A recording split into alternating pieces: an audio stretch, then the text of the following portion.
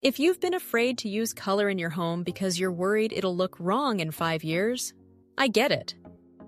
But the colors going out of style right now aren't the bold ones. They're the safe ones. Gray, beige, sage green, the colors people thought were neutral are the ones aging the worst. Today, I'm showing you the 9 paint colors designers are actually using right now, the ones replacing all of that. And by the end of this video, you'll know exactly which one to use. Let's talk about Bancha by Faro Ball. It's a rich, dark olive green. If you're tired of pale sage greens that end up looking washed out, gray, or lifeless, especially in north-facing kitchens, this is the color I would try instead. It gives you that natural green kitchen look, but with more depth. You do not need perfect sunlight for it to look interesting. And even though Bancha has a strong presence, it behaves almost like a neutral.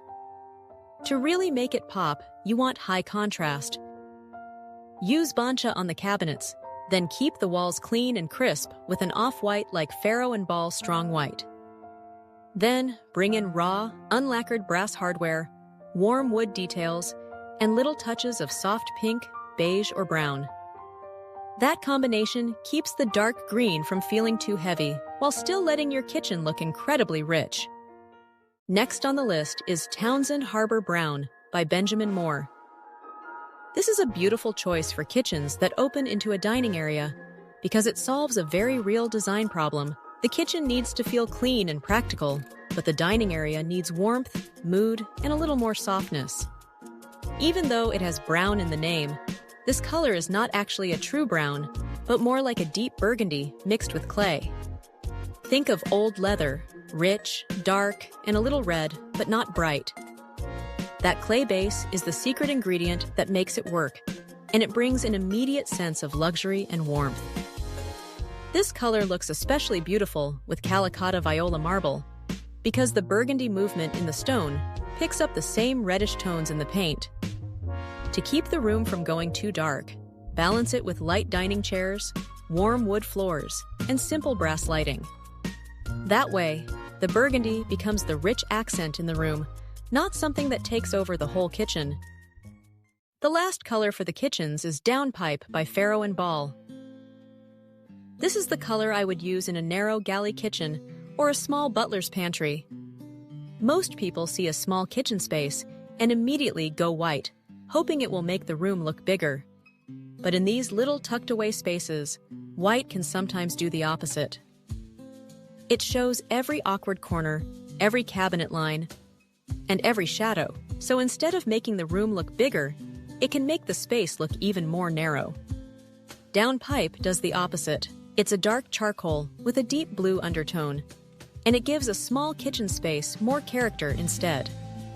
For the finish, use satin or semi-gloss on the cabinets. That little bit of reflection matters in a small space because it keeps the dark color from looking flat. Then balance the cool charcoal with warm materials, walnut wood, aged brass handles, or even copper if you want something more dramatic. Bedroom colors have a different job. They should make the room feel calm, soft, and a little more like a sanctuary. First for the bedroom is Silhouette by Benjamin Moore, their 226 color of the year. This is a deep espresso brown with a subtle charcoal undertone in it. And because it has a low LRV of 10, it is not a color that reflects a lot of light. It absorbs it. That's why it can be so beautiful in a bedroom. It takes away that sharp, bright feeling and gives the room a darker, calmer look. In a north-facing bedroom, Silhouette can show more of its charcoal side. In a sunnier, south-facing room, the espresso brown will usually look warmer and stronger. With a color this deep, keep the layers soft, creamy white bedding, warm brass lamps, and natural woven textures. And the lighting matters a lot. Use warm white bulbs around 2700 K. If the bulbs are too cool, the color can look cold at night. If you prefer your bedroom to feel bright, airy, and totally refreshing, let's talk about Sherwin-Williams Glimmer. It is this beautiful, light green-blue pastel that brings a really quiet, happy energy to the space. That's why it works so well in bedrooms that need more light. It reflects brightness beautifully, but it still gives the walls a soft wash of color. And because Glimmer is such a soft color, add a few earthier textures too. Maybe linen curtains, a woven rug, or a muted wool fabric. That keeps the room from looking too sweet or too pastel. The last color for bedrooms is Still Water by Sherwin-Williams.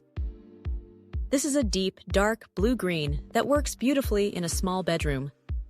Instead of making the room look crowded, it softens the sharp corners of the walls, so the whole space looks calmer and more relaxing. Style it with warm wood furniture, soft ivory bedding, and antique brass or copper accents.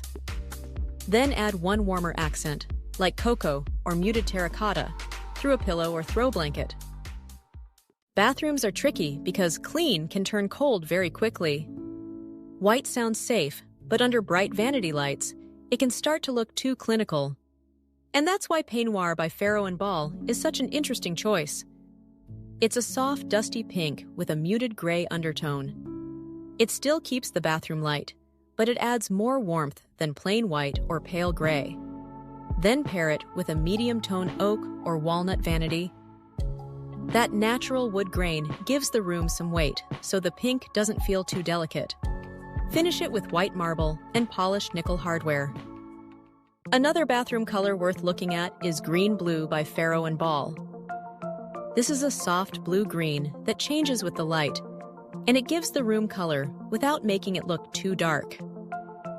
It also works well if your bathroom has a mix of old and new details, maybe classic plumbing fixtures, traditional tile, or a modern vanity.